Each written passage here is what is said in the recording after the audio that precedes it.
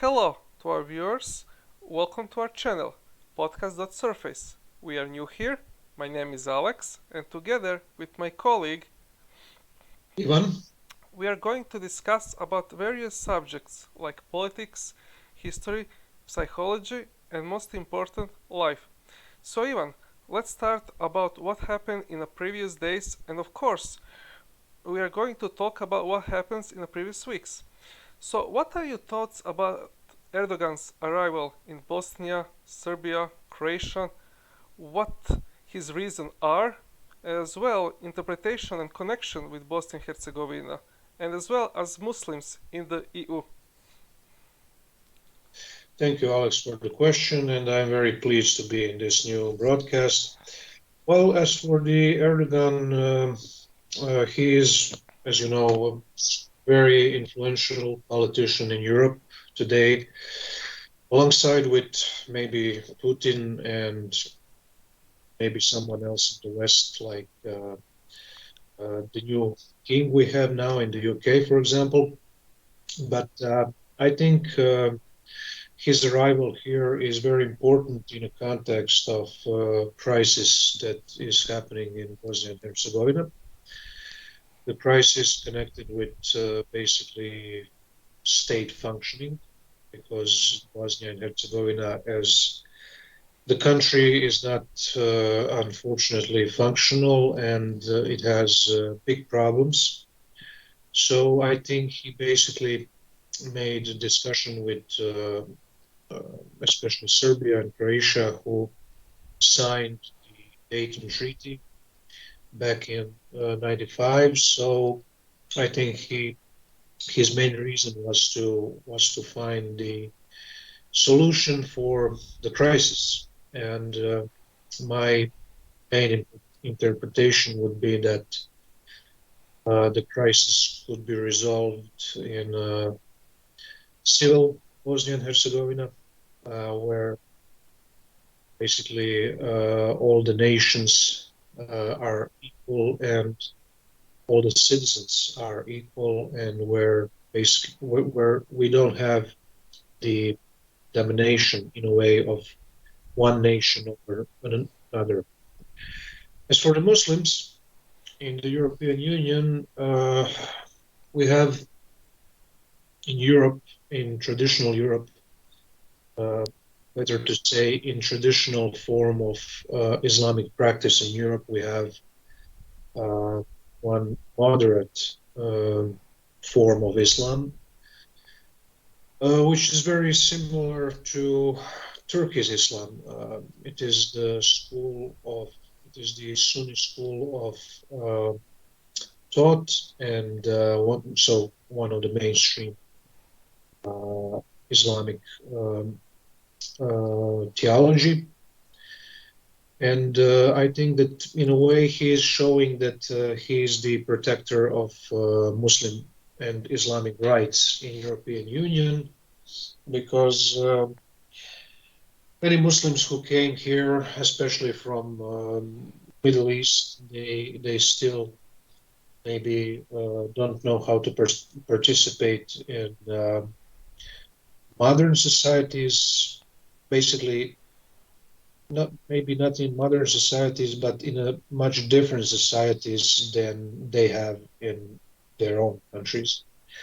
So yeah, that would be his main argument for the Muslims.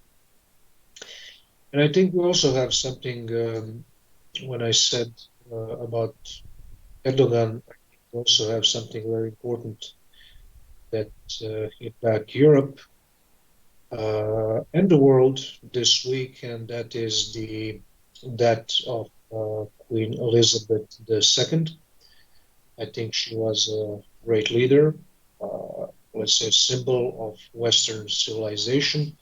So I would like to ask you, Alex, what are your impressions? I mean, let's say importance for the world, not only for the UK, but its meanings in the political context when it comes to the death of the Queen Elizabeth. Yeah, well, Queen Elizabeth II was the longest reigning monarch in the British history. I mean, she was born in, I think it was April 21st in 1926. Actually, what is really interesting that she became the first woman in the royal family to join the armed forces when she joined the Auxiliary Territorial Service in 1945. It is actually a tradition in the UK that every week the Prime Minister of the United Kingdom goes to the Buckingham Palace to talk with the Queen. Actually, the only person actually she bows is actually the Queen. As well as her death, we can see from all the part of the world that everybody is pretty much. It's like the new era is over. We can see so much, from Putin, letters from the president of China, from every part of the world, how influenced she is actually, or she was, and now the new king, Charles III, is going to take over as well after he is going to pass away. Is going to be next in line is going to be Prince William, and after his, I think it's going to be, I think, fifth in the line. I think is Harris. I think. Uh, the first prime minister actually of Elizabeth was actually um, in World War II was actually Winston Churchill. That she had a great influence on her, and we can see in the World War II that when Britain was attacked in like a blitzkrieg as well as France, how actually Britain was actually united. This is, I think, the influence of the Elizabeth and uh, how united the culture, the tradition is of the United Kingdom as well as Scotland, Wales, and England together. I think that she's didn't take too much of the political, sense. She was actually just, I think it was on her 25th birthday that she was elected as a queen. I still need to check about that. Yeah, well, it's like everybody thought that right now, after she passed away, that the Britain is going to like be divided.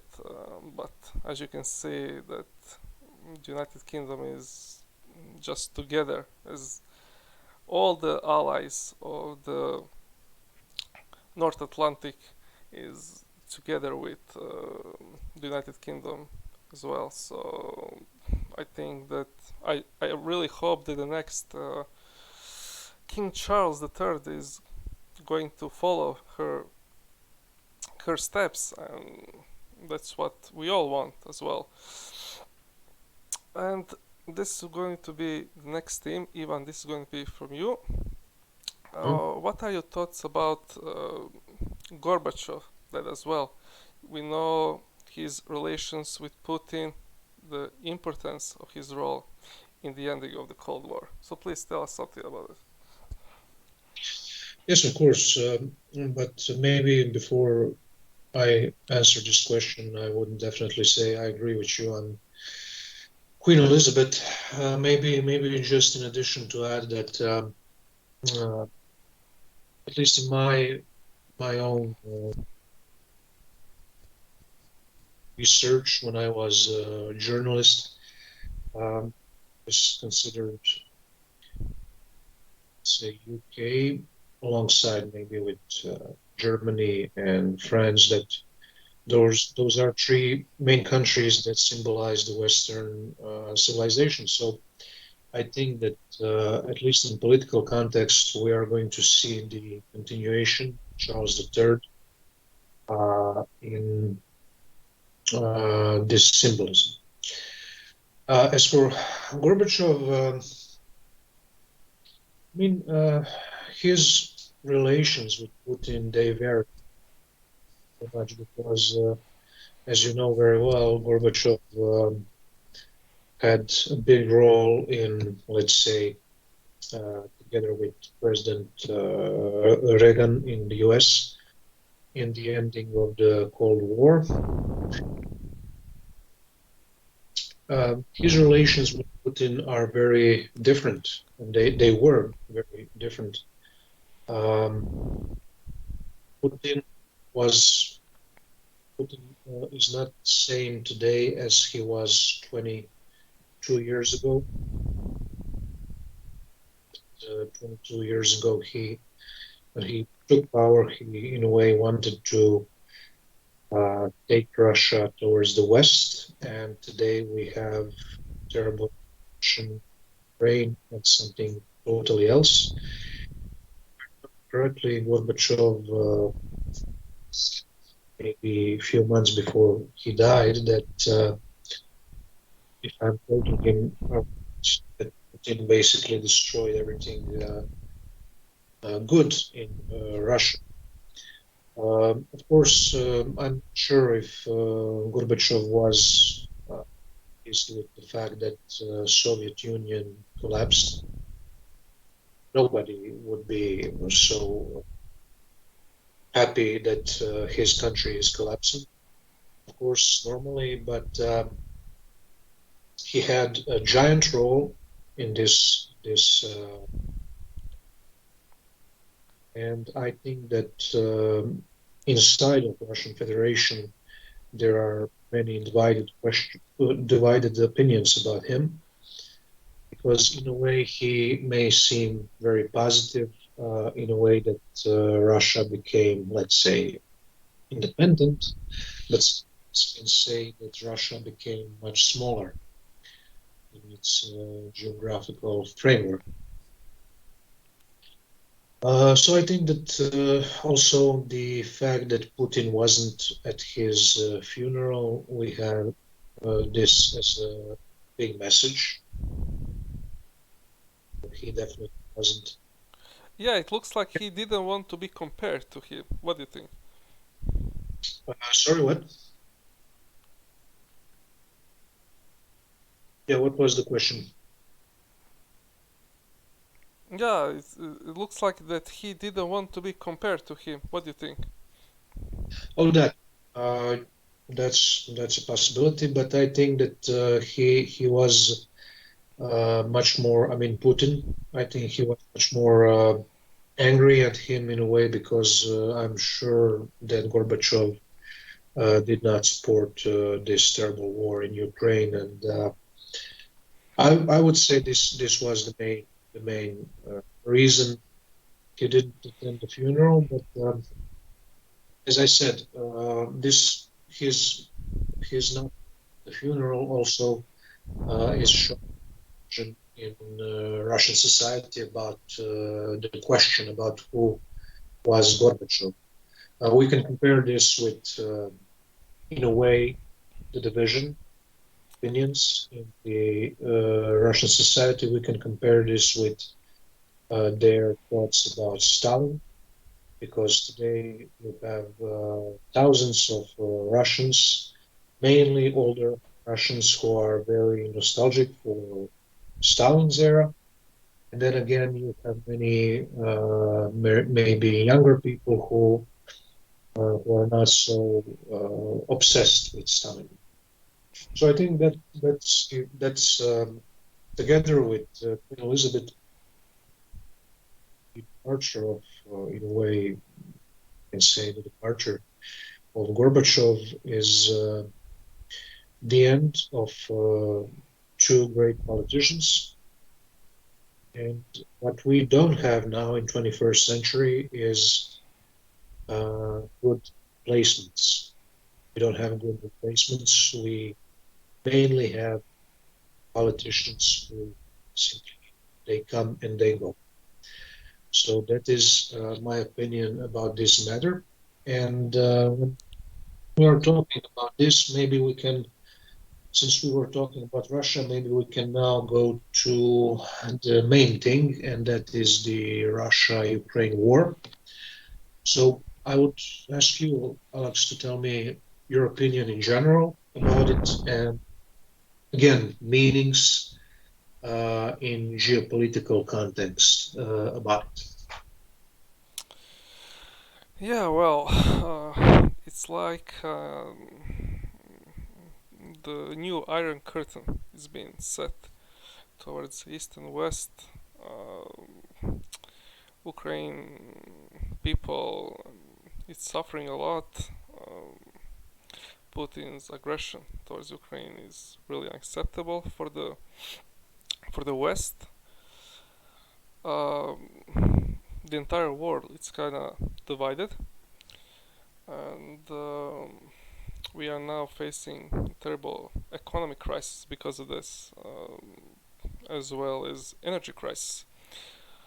Uh, we all hope that this war is going to end as soon as possible, because as well before this war it was COVID, and everything is going into this kind of instability towards towards people, and you know, this is just another war against Putin, against the West. It kind of at this point it just doesn't matter who's right, who's wrong. You know, it's really just finding something to talk about it, to like a line that it's going to be benefit for both sides, that just going to end this war, which Europe is going to suffer, and it's still suffering a lot. Uh, we can see that the West is just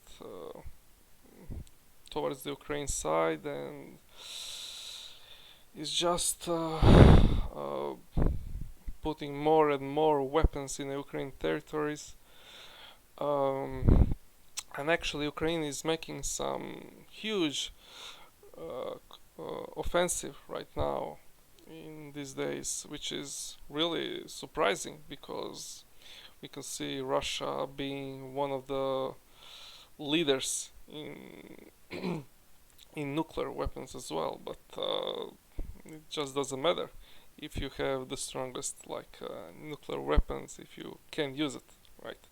So it's like all in manpower, training of your soldier. You know, it kind of puts us how the war once was and right now, because nobody is going to use.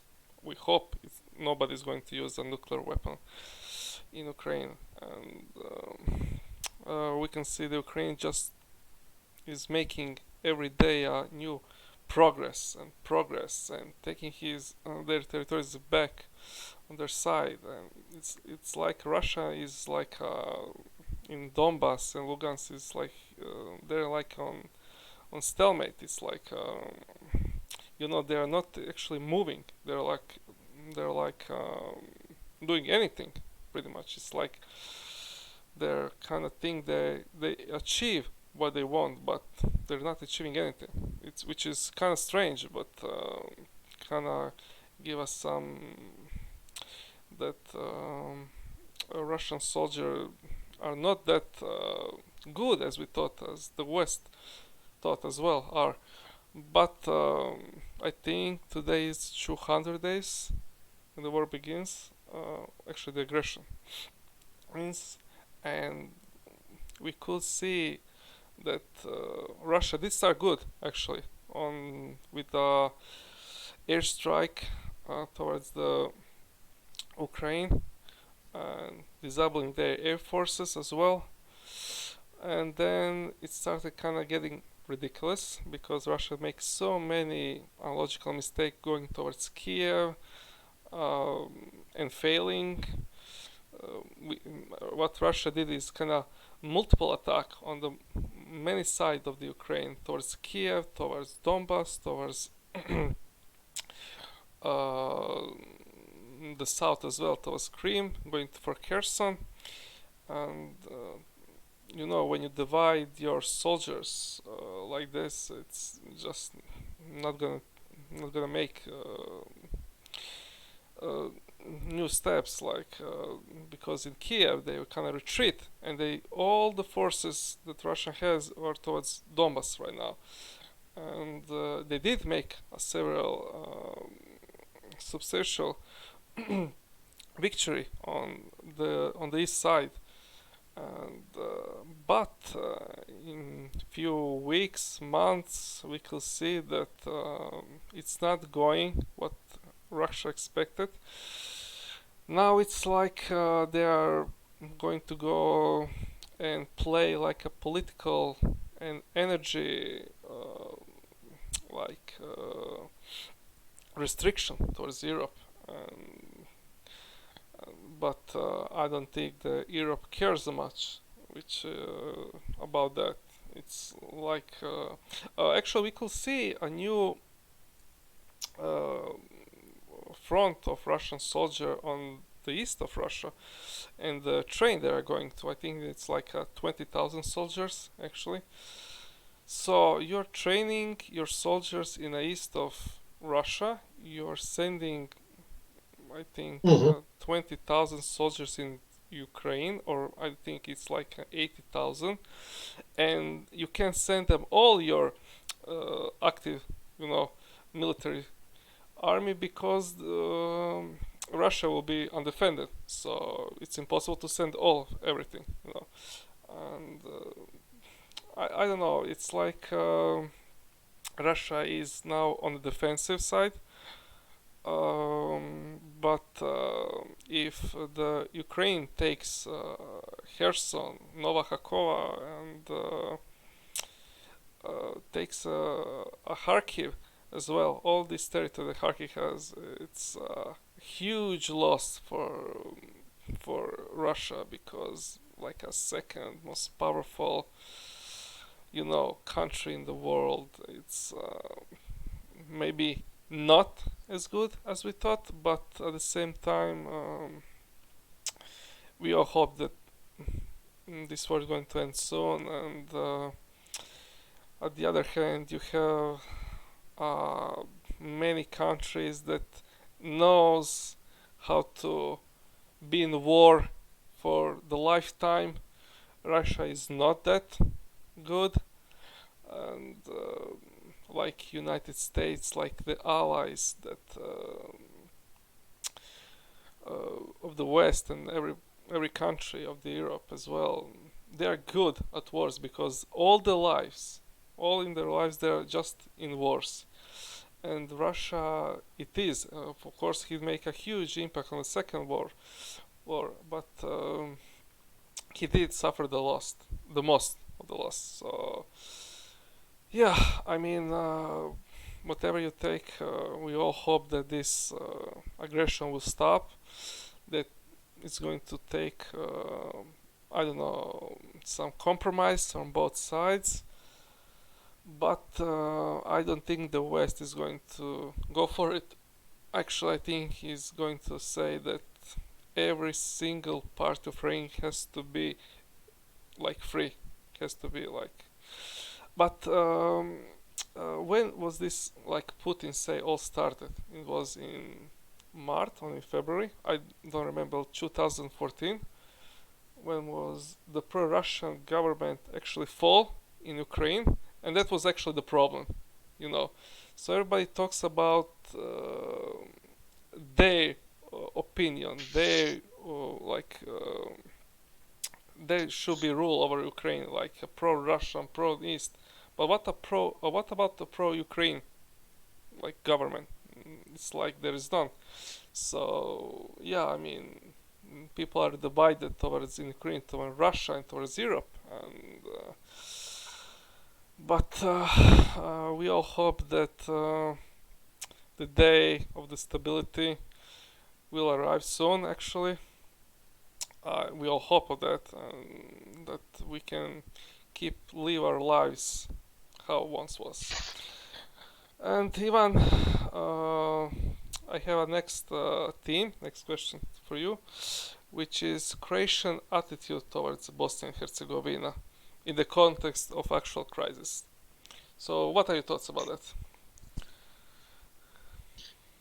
Well, I think that Croatian leadership and Croatia as part of European Union, as a part of Europe,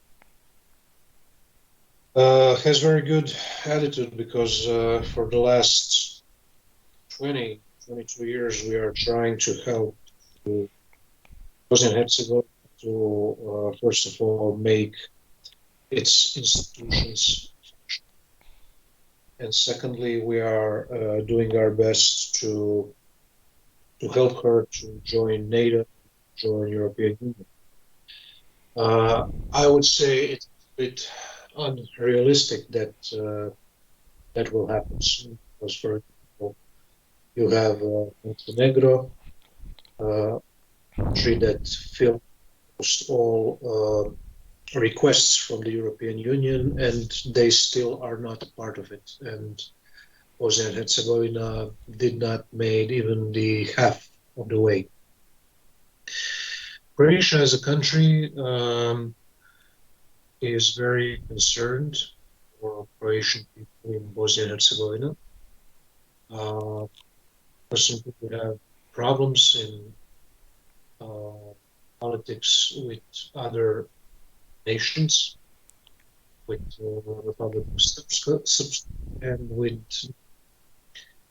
Muslims, and also in the Federation of Bosnia and Herzegovina.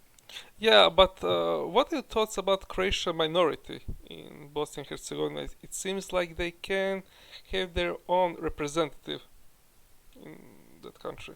That's a big problem. That's a big problem because they are moving out of the country because, I mean, not just Croats. Both Serbs and Muslims, they are leaving the country because there is no future in a way today in the country because there are no jobs. The economy is at the lowest point. So I think that Croats, they have the future in Bosnia and Herzegovina, but they also are definitely considered as part of Croatian people in general. And I think that Republic of Croatia as a country is really trying to do their best. I mean, our politicians are trying to do their best to help Bosnia and Herzegovina to become a functional state. Uh, so this attitude, considering it in this actual moment when we have the problem of electoral law in Bosnia and Herzegovina, is, I would say, very concrete because Croatian politicians they are supporting all the rights that be exported from this law towards the Croatian people. But then again, we have Republic of Srpska, we have Muslims, and we need to talk with both of those sides. And the problem when we try to talk, maybe because the interests of all parties are not the same, sadly. All, every nation has its own interests that are a bit different, of course, which is normal. So I would even say that Croatia doesn't have today on what will happen to the Bosnia and Herzegovina. I think, as always, that many bigger countries like United States, especially, they will, European Union, they will decide what will happen in the future. So basically, this is my opinion. Yes. Yeah, okay, so actually we are out of time. Thank you, Ivan, for today. For our future viewer and subscribers, please leave a comment down below.